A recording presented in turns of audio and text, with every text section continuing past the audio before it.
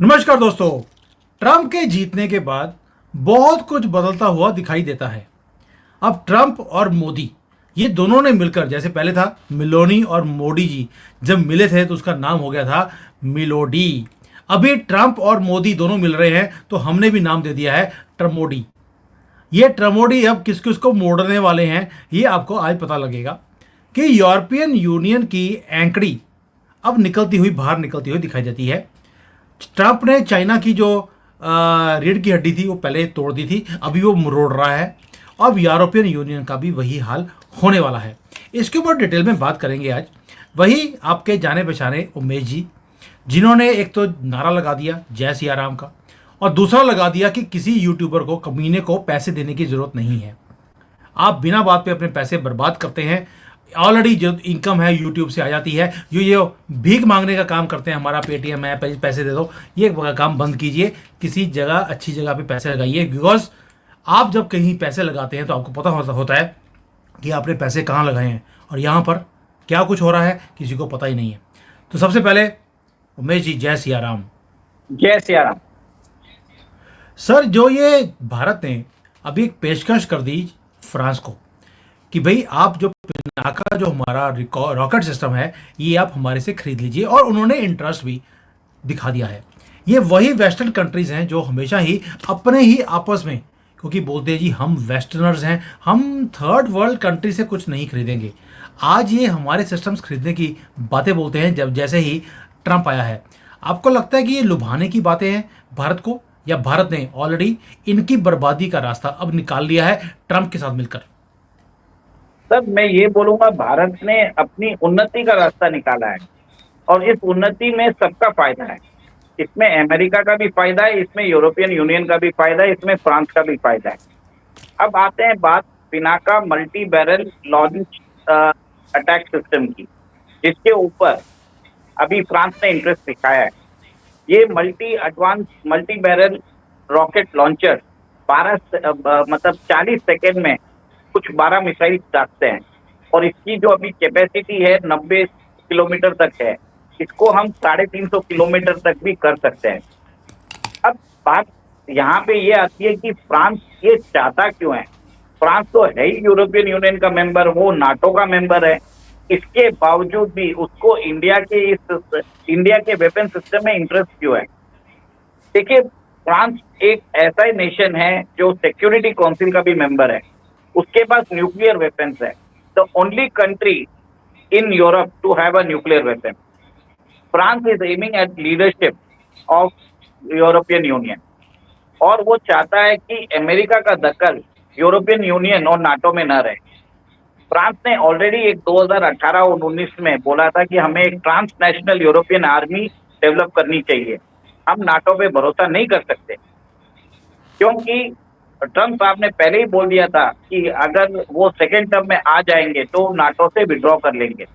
और वहां पे डोमेस्टिकली ट्रंप नाटो के खिलाफ ही है। वो बोलते हैं कि हमें दूसरों के पचड़ों में नहीं पड़ना है। ट्रंप का एक ही एजेंडा है, मेक अमेरिका ग्रेट अगेन। तो अब फ्रांस जो है यूरोपियन यूनियन की एक बहुत बड़ी शक्ति है, महाशक्ति है। तो हमने देखा है कि जैसे ही ट्रंप साहब वहां पे आए हैं, French and German defence ministers have met. तो इसका मतलब क्या है कि वो लोग उस सिचुएशन, यूरोपियन यूनियन को उस सिचुएशन में प्रिपेयर कर रहे हैं कि post NATO European union survive कैसे करेगा। क्या यूरोपियन यूनियन जो नाटो कंट्रीज है, नॉर्थ अटलांटिक ट्रीटी ऑर्गेनाइजेशन है, उसका डाइवोर्स होने वाला है क्या? लोगों के मन में ये आकांक्षाएं आ रही है। तो उनको वेपन सिस्टम चाहिए। अभी नाटो में ऐसा है कि वहां पे 32 देश है। 32 देश के अंदर वो बोलते हैं कि अगर आपके कोई भी वेपन सिस्टम होते हैं वो इंटर ऑपरेटेबल होना चाहिए। मतलब सब लोगों का वेपन सिस्टम एक दूसरे से भिन्न नहीं रहना चाहिए। सब एक कॉमन स्टैंडर्ड और प्रोटोकॉल फॉलो करते हैं। इसके कारण अमेरिकन मिलिट्री इंडस्ट्रियल कॉम्प्लेक्स को बहुत फायदा होता है। अब नाटो में जो वेपन सिस्टम जो फ्रांस ने देखा है, उसको लॉकहीड मार्टिन ऑलरेडी बना रहा है। फ्रांस भी चाहता है कि अब उसका इंडिपेंडेंट वेपन सिस्टम हो जिसमें उसको नेटो की जरूरत ना हो। तो मतलब France is preparing EU for a post NATO period as well. देखिए सर, जो लीडर्स होते हैं, विजनरी लीडर्स होते हैं, वो एडवांसेस स्टेप्स लेना चालू कर देते हैं। अभी आपने ये भी देखा होगा कि नेटो के जनरल सेक्रेटरी है, वो हंगरी में विक्टर ऑर्बन से जाके मिले। तो आपको समझना पड़ेगा हंगरी का रोल क्या है। The only country which is receiving gas from Russia after the Ukraine war is Hungary. Hungary को आज भी गैस मिलती है रशिया से। तो एक नेटो के बीच में और रशिया के बीच में पीस ट्रीटी अगर कोई एस्टेब्लिश कर सकता है, कोई बातचीत करने वाला आदमी चाहिए, वो विक्टर ऑर्बन है। तो मेरे हिसाब से आगे जाके भारत के वेपन सिस्टम्स में फ्रांस का इंटरेस्ट ये बताता है कि मुझे लग रहा है कि नेटो का विघटन होने वाला है।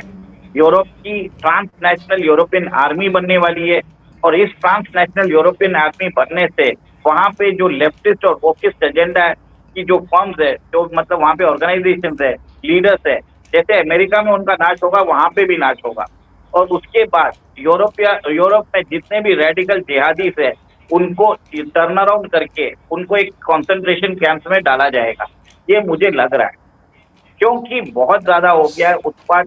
रेडिकल जिहादियों ने बहुत उत्पात मचा चुके हैं। आप देख लीजिए, ब्रिटेन देख लीजिए, स्वीडन देख लीजिए, या जर्मनी देख लीजिए, हमेशा डच नेदरलैंड देख लीजिए, जहां आप देखते हैं कि इन लोगों ने इतनी गंद बचा के रखी है कि स्वीडन को बोलते हैं rape capital of the world. और वहां पे तो अभी तो लंदन का जो मेयर है वो पाकिस्तानी, सादिक खान। तो मेरे हिसाब से नेटो का डिस्ट्रक्शन, यूरोपियन यूनियन का ट्रांसनेशनल आर्मी रहेगा, और उसके बाद इंडिया के अंदर एक मिलिट्री इंडस्ट्रियल कॉम्प्लेक्स भी बनेगा। इसका मतलब यही दिख रहा है मुझे। सर आपने बोल दिया कि यूरोप के अंदर इन्होंने उत्पाद मचाया है कॉकरोचों ने।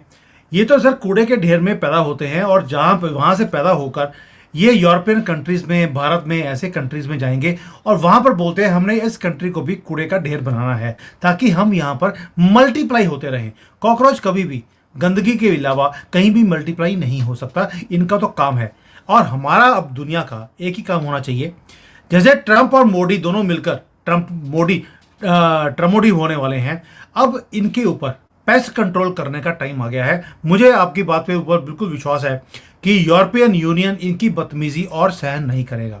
बट इसके अंदर सर कुछ झोल भी है। झोल कैसे है? जैसे अभी फ्रांस है, उसने यूके के साथ जो डिफेंस टॉक्स थी, वो उन्होंने उसमें से बाहर निकल गए हैं। एक तरफ तो बोलते हैं कि पूरा यूरोप इकट्ठा होना चाहिए, लेकिन आपस में इनके डिफरेंसेस भी बहुत ज़्यादा हैं। क्या ये डिफरेंसेस कभी खत्म हो सकते हैं? क्योंकि मेरे हिसाब से जब तक नेटो है ये इकट्ठे हैं, अगर नेटो नहीं रहेगा ये भी विघटन हो जाएंगे सारे, ये इकट्ठे हो ही नहीं सकते सर। सर, जो वेस्ट है ना, उसमें दो कंपोनेंट्स है। एक तो है पाई आई, जिसको बोलते हैं एंग्लोस्फीयर, जो इंग्लिश स्पीकिंग कंट्रीज है। एक तो है यूएसए, फिर है यूनाइटेड किंगडम और ऑस्ट्रेलिया, न्यूजीलैंड और कनाडा। ये पांच एक ही जैसे हैं, मतलब इस सबका सरताज है यूएसए।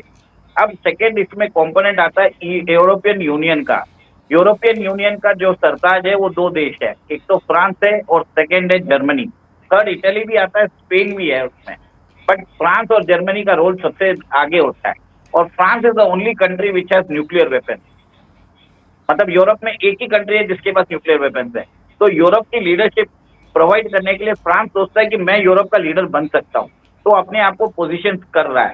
आज जितनी भी मिलिट्री टेक्नोलॉजी अगर यूएस बनाता है, फ्रांस भी वही बनाता है।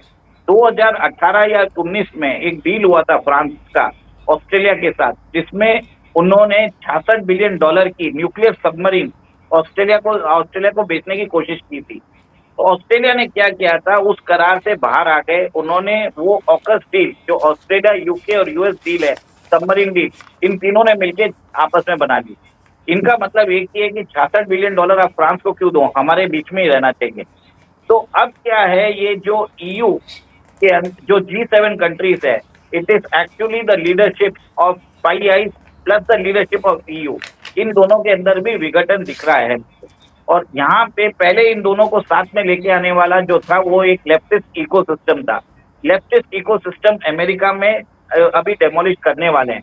डोनाल्ड ट्रंप ने बोल दिया है कि ये 10 पॉइंट्स उन्होंने दे दिए कि कैसे वो लेफ्टिस्ट इकोसिस्टम को डेमोलिश करेंगे।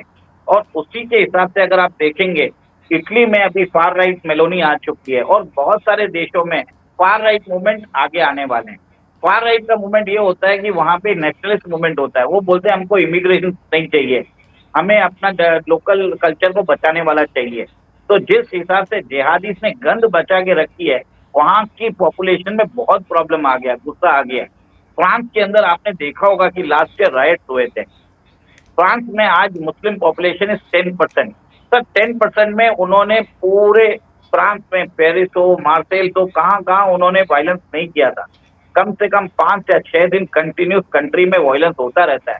चार्ली हेब्डो का इंसिडेंट आपने देखा होगा कि कैसे उधर कार्टून जो उन्होंने बनाए थे मोहम्मद के ऊपर, जो एक कटाक्ष रहता था, उसको सह नहीं कर पाए और वहां पे जाके इन जिहादियों ने उनको मार डाला। तो फ्रांस अफेक्टेड है। फ्रांस जानता है कि लॉन्ग टर्म सिक्योरिटी उसका प्रॉब्लम होगा। बट जो ये लेफ्टिस्ट लीडर्स तो फ्रांस में बैठे हैं, तो ये जो नेशनलिस्ट मूवमेंट है उसको वो लोग हमेशा उसको दबाने की कोशिश करते हैं। बट ये वॉइसेस अब रूठ रही है। अब लास्ट टाइम भी आपके फ्रेंच इलेक्शन में आपको मालूम हुआ क्या हुआ था। वहां पे जो सबसे फार राइट लीडर थी ली पेन, वो बहुत पॉपुलर हो चुकी थी।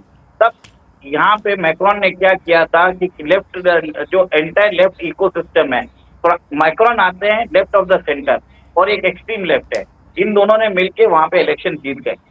तो मेरे हिसाब से अब टाइम आ गया है कि फ्रांस सोच रहा है कि हम वो यूरोपियन यूनियन की लीडरशिप लें और लीडरशिप लेने के बाद सब लोग इन्वेस्टमेंट इंडिया में करेंगे। अभी आपको ये जान के हैरानी होगी कि दसॉल्ट एविएशन ने जो नोएडा के पास जेवर इंटरनेशनल एयरपोर्ट है वहां पे लैंड ले लिया है।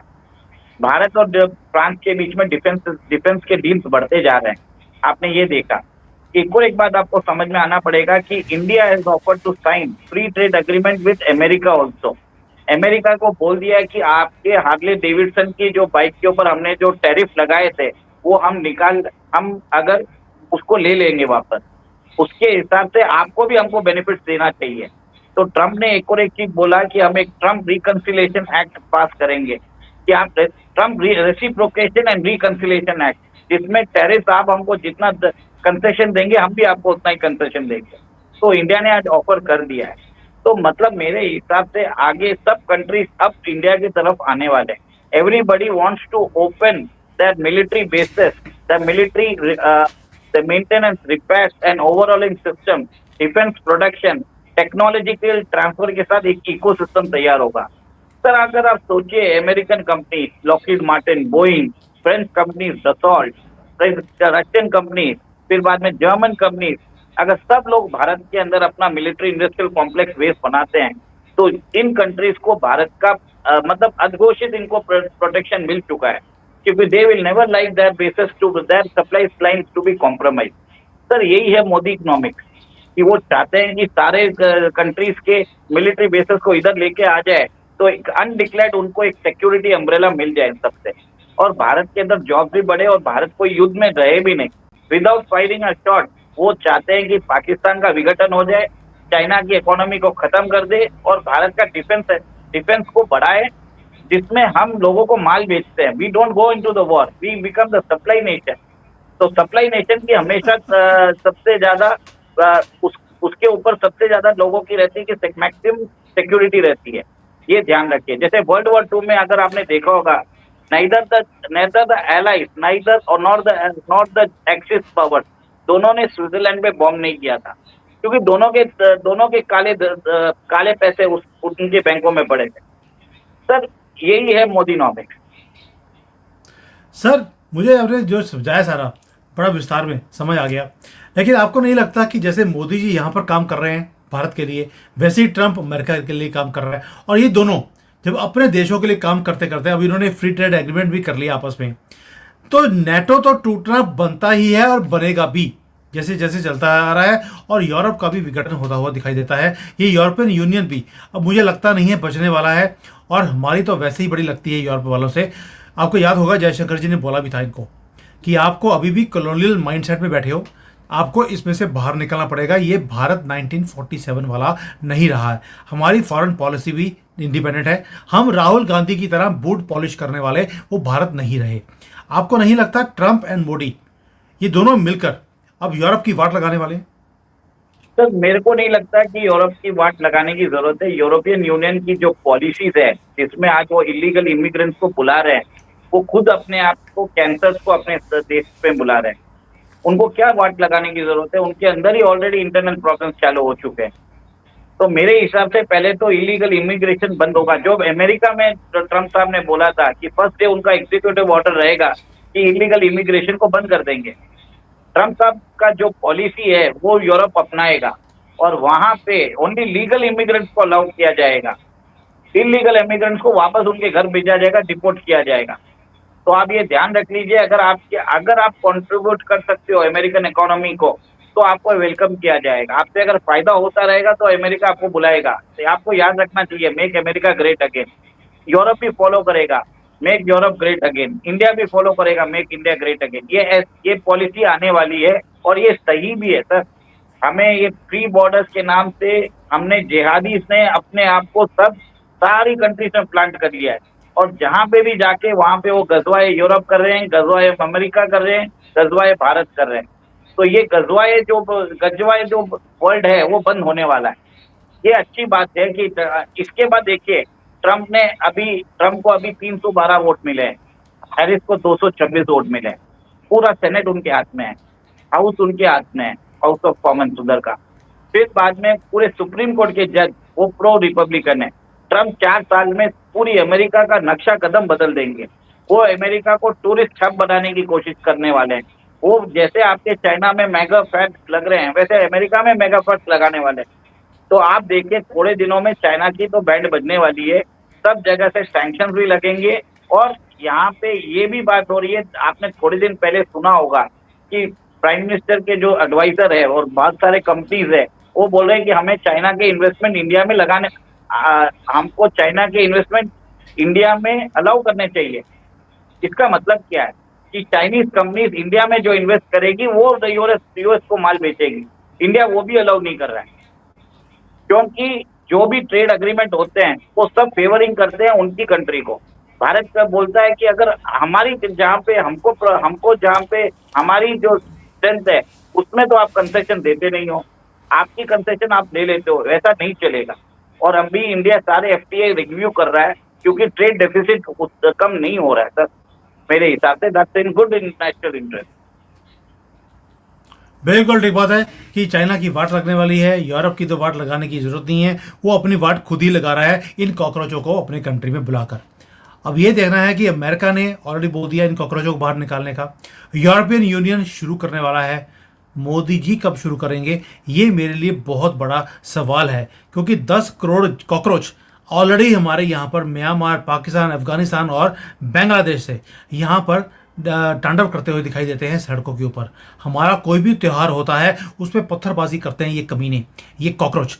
और अब इनका इलाज मोदी जी कब करने वाले हैं, this is a pending question, जिसका जवाब मुझे अभी तक नहीं मिला है मोदी जी की टीम की तरफ से। आपको लगता है कि इनके ऊपर कुछ काम किया जाएगा मोदी जी की तरफ से? सर मोदी जी करे या योगी जी करे या हेमंत बिस्वा शर्मा करे, सब एक ही है। योगी जी कर रहे हैं, हेमंत बिस्वा शर्मा कर रहे हैं, बाकी स्टेट्स भी अपना रहे हैं। जो लॉ एंड ऑर्डर होता है वो स्टेट सब्जेक्ट होता है, तो सेंटर इसके अंदर सिर्फ पॉलिसी फ्रेम कर सकती है। और जो स्टेट नहीं कर रहे हैं उनका नाम ले लेता हूँ। एक तो वेस्ट बंगाल है, फिर एक कर्नाटका है, फिर केरला है और पंजाब है।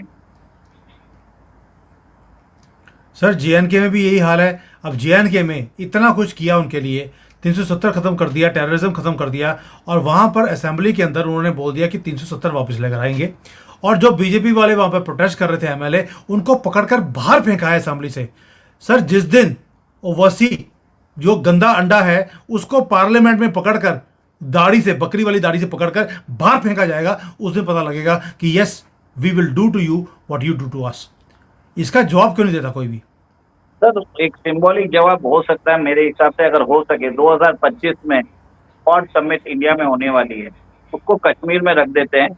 ट्रम्प साहब जब उधर आएंगे तो ऑटोमेटिकली एक मैसेज मिल जाएगा उनको। ये जितने भी जिहादी से जो इतनी बातें करते हैं अपने आप चुप बैठ जाएंगे।